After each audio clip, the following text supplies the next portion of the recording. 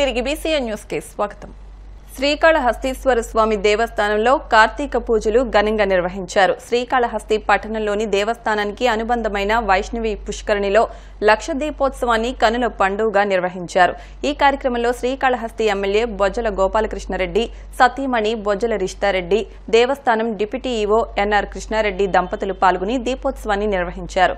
ఈ సందర్భంగా దేవస్థానం అర్చకులు, స్థానిక భక్తులు అధిక సంఖ్యలో పాల్గొని వైష్ణవి కోనేరు మొత్తం లక్ష దీపోత్సవాన్ని ఘనంగా నిర్వహించారు.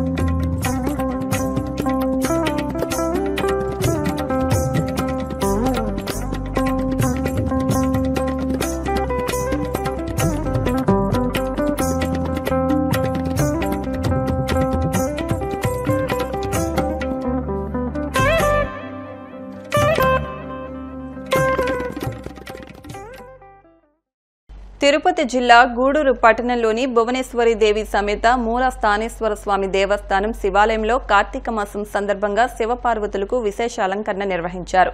అదేవిధంగా ధ్వజస్తంభంపై ఆకాశ దీపాన్ని నిలిపారు. భక్తులు కార్తీక దీపాలను వెలిగించి స్వామి అమ్మవార్లను దర్శించి తీర్థ ప్రసాదాలు స్వీకరించారు. ఉభయకర్తలుగా డాక్టర్ జనార్దన్ రెడ్డి, రోహిణి కుటుంబ సభ్యులు వ్యవహరించారు.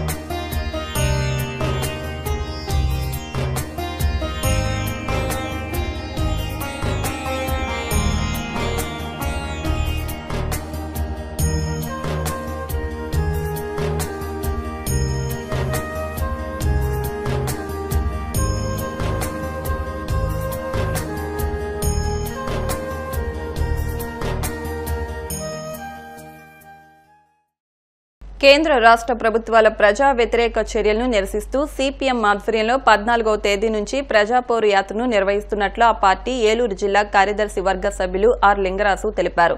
సోమవారం బేమడోలు అర్జావారిగూడెంలో సిపిఎం నాయకుల ఆధ్వర్యంలో లింగరాజు ఇంటింటికి తిరుగుతూ కరపత్రాలు పంచారు. ఈ సందర్భంగా లింగరాజు మాట్లాడుతూ కేంద్రంలోని మోదీ ప్రభుత్వం రాజ్యాంగ వ్యతిరేకమైన జమిలీ ఎన్నికల విధానాన్ని తెస్తోందన్నారు.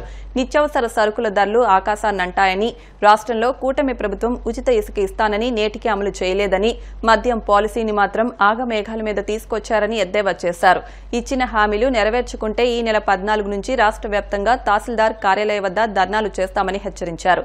ఈ కార్యక్రమంలో సిపిఎం నేతలు కట్టా భాస్కర్రావు, కల్లేపల్లి వెంకటేశ్వరరావు, ముప్పిరిశెట్టి, పానకాలు తదితరులు పాల్గొన్నారు. సమస్యల పరిష్కారం కోసం ప్రజాపోరు ఉద్యమాన్ని సిపిఎం పార్టీ ఆధ్వర్యంలో ప్రజాపోరు ఉద్యమాన్ని తీసుకున్న ప్రజలకు అందుబాటులోకి తేవాలి. ప్రజాపోరును నిత్యావసర వస్తువుల ధరలో మహిళలు, చిన్నారులు, దళితులపై దాడులు, అత్యాచారాలు అరికట్టాలి. జిందాబాద్ జిందాబాద్ జిందాబాద్ జిందాబాద్. నిరుద్యోగ సమస్యను పరిష్కరించాలి.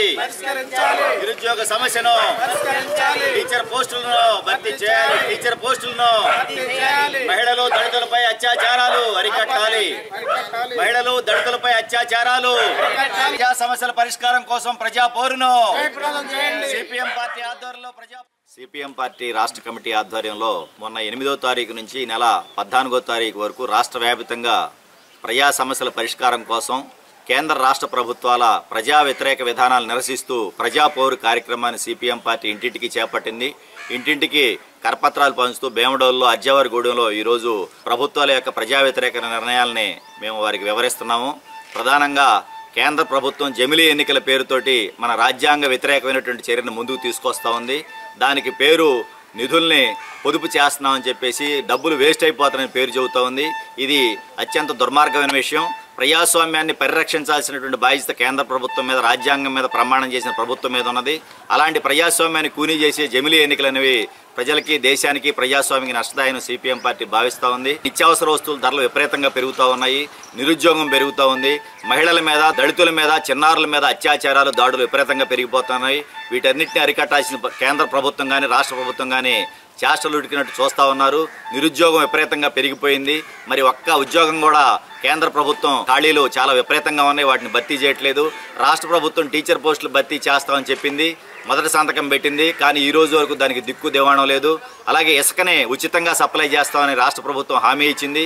ఈ రోజు వరకు కూడా గత ప్రభుత్వ హయాంలో ఎంత అయితే ఇసుకుందో అంతకంటే అదనంగానే ఉంది తప్ప ఈ రోజు కూడా ఇసుక అనేది అమల్లోకి రాలేదు.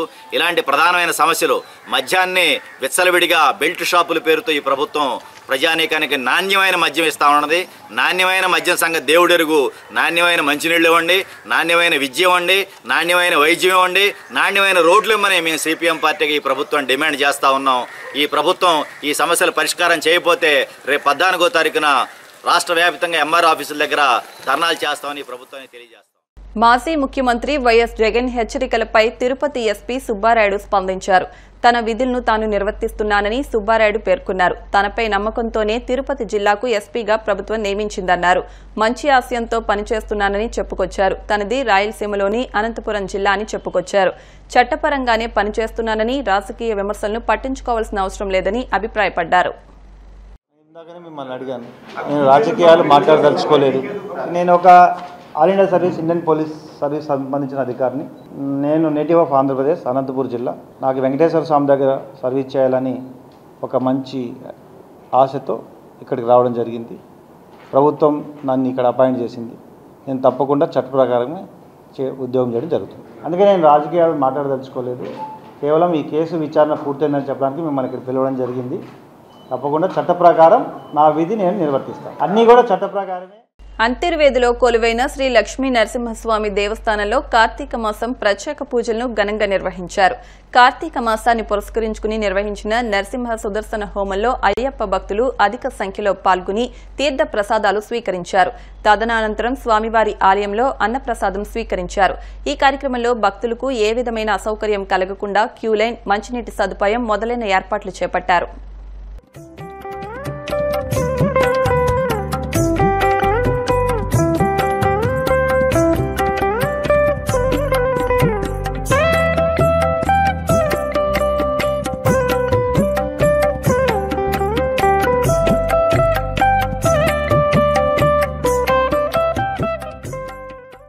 వార్తలు ముగించే ముందు ముఖ్యాంశాలు మరొకసారి.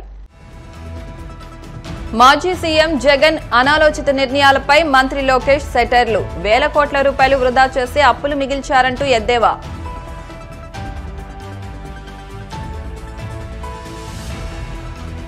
బంగాళాఖాతంలో ఉపరితల ఆవర్తనం ఏపీలోని దక్షిణ కోస్తా రాయలసీమ జిల్లాల్లో వర్షాలు కురిసే అవకాశం ఉందని వాతావరణ శాఖ అంచనా.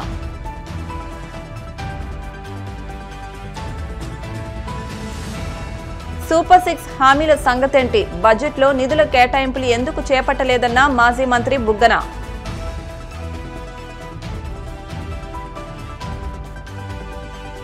ఇచ్చిన హామీలు అమలు చేయకుంటే 14వ తేదీ నుంచి ఆందోళనలు చేస్తాం. కూటమి ప్రభుత్వాన్ని హెచ్చరించిన ఏలూరు జిల్లా సిపిఎం నాయకులు.